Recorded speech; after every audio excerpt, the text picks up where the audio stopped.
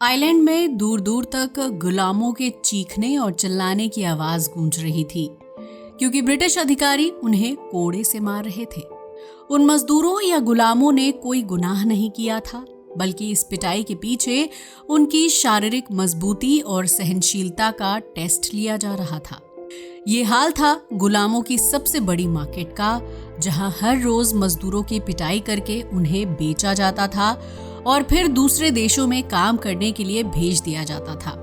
क्या था इस पूरे मार्केट का इतिहास? आइए जानते हैं। जंजीबार आइलैंड में गुलामों की मार्केट। हिंद महासागर में द्वीपों के समूह में एक छोटा सा द्वीप है जिसे जंजीबार के नाम से जाना जाता है।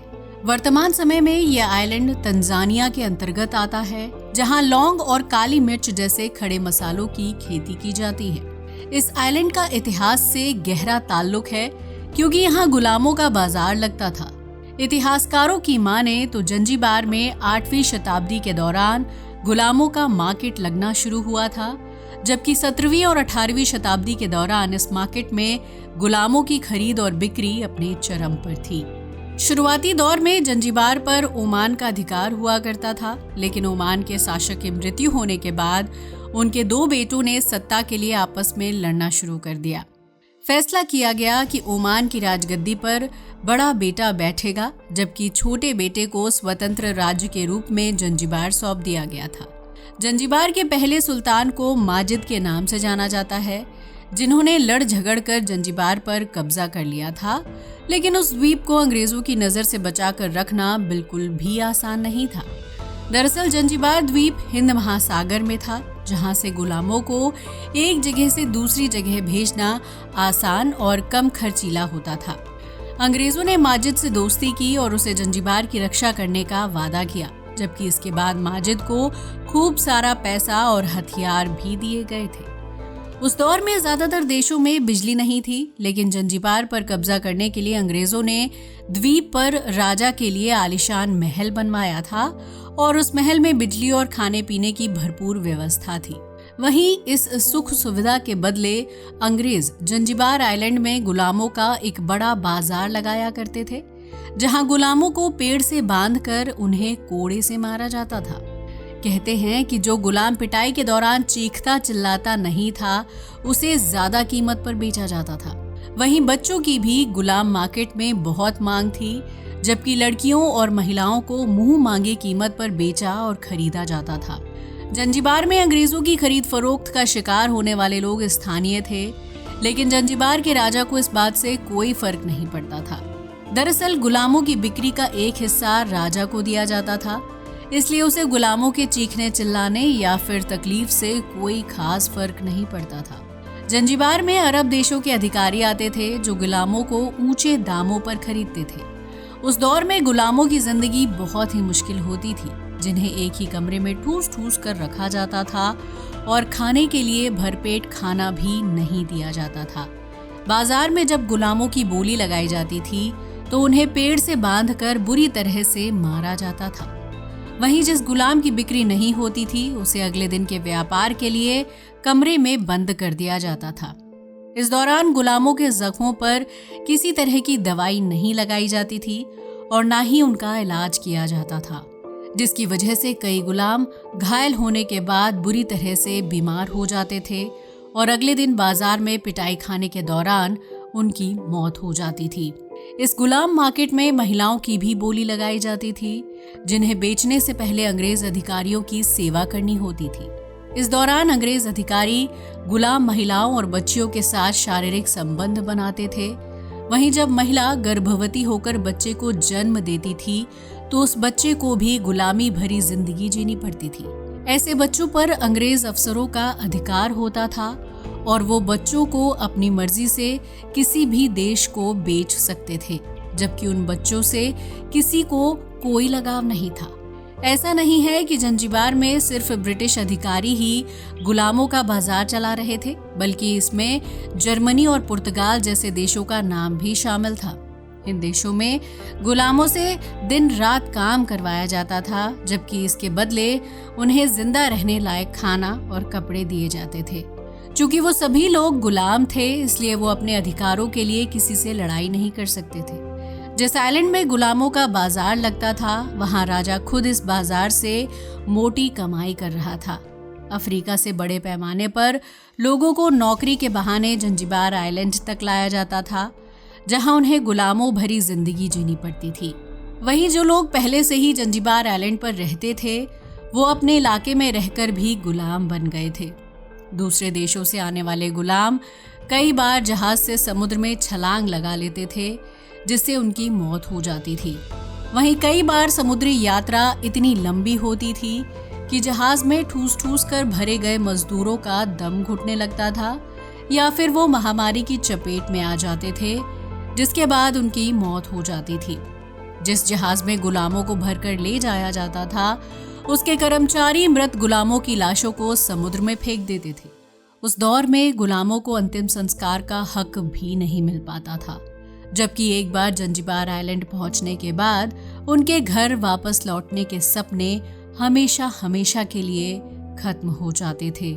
लेकिन कई शताब्दी से चल रहे गुलामों के बाजार पर रोक लगाने के लिए सन 1890 के दौरान मुहिम शुरू की गई, क्योंकि ब्रिटेन ने स्लेव एक्ट को खत्म करने का फैसला कर लिया था।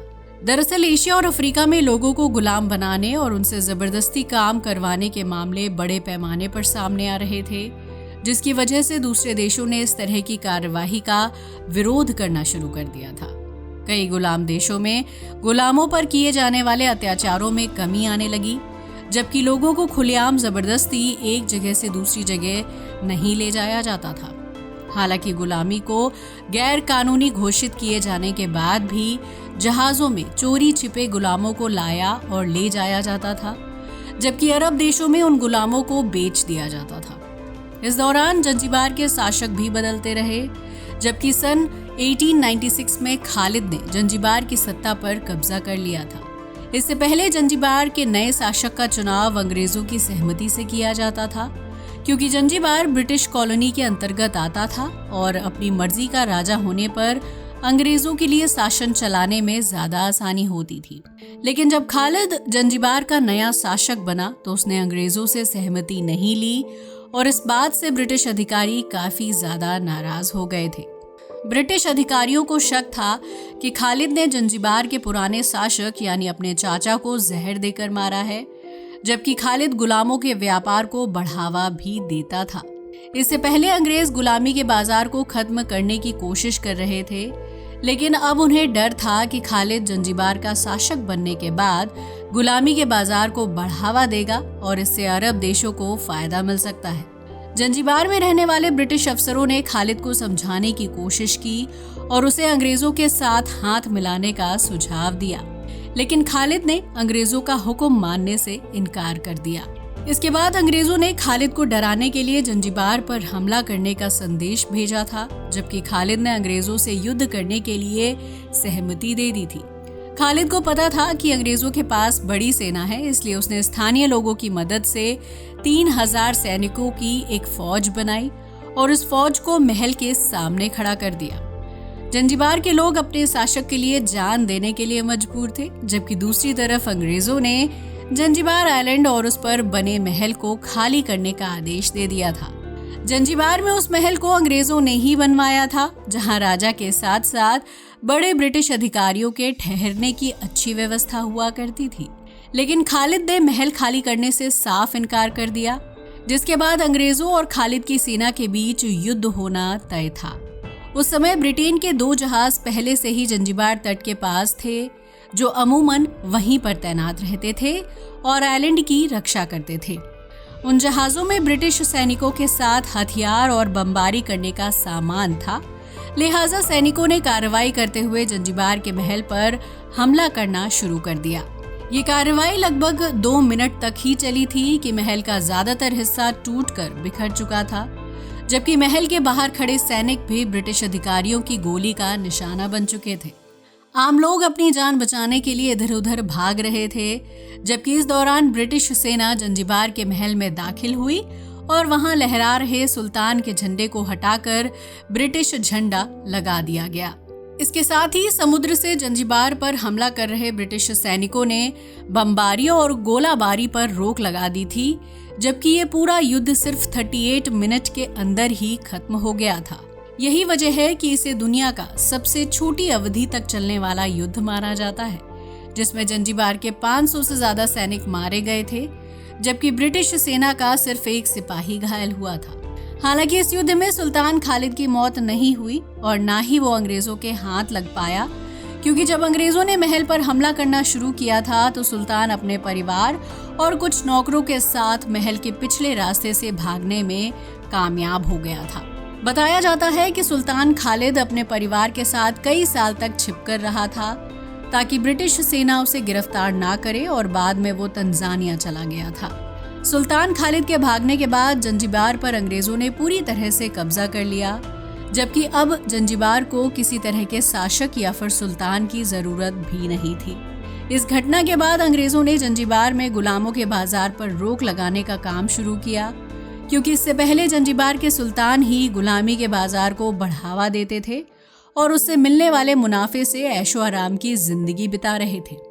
वहीं गुलामों का सबसे बड़ा बाजार बंद होने से दूसरे देशों को काफी नुकसान हुआ, क्योंकि इससे पहले गुलामों से फ्री में काम करवाकर कई देश लाखों रुपए की कमाई कर रहे थे।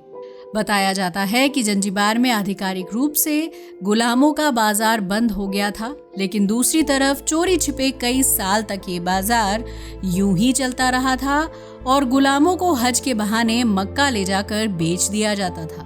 हालांकि अब जंजीबार में इस तरह का गुलामों का बाजार नहीं लगता है, लेकिन जंजीबार की मिट्टी में ना जाने कितने ही गुलामों का खून और पसीना मिला हुआ है। तो दोस्तों, ये थी दुनिया के सबसे छोटे गुलामों के बाजार की कहानी, जिसके बंद होने के पीछे 38 मिनट की एक छोटी सी लड़ाई जिम्मेदार थी। आज के लिए बस इतना ही। वीडियो अच्छा लगा हो तो इसे लाइक और शेयर करें, साथ ही हमारे चैनल को भी सब्सक्राइब करें। जय हिंद दोस्तों।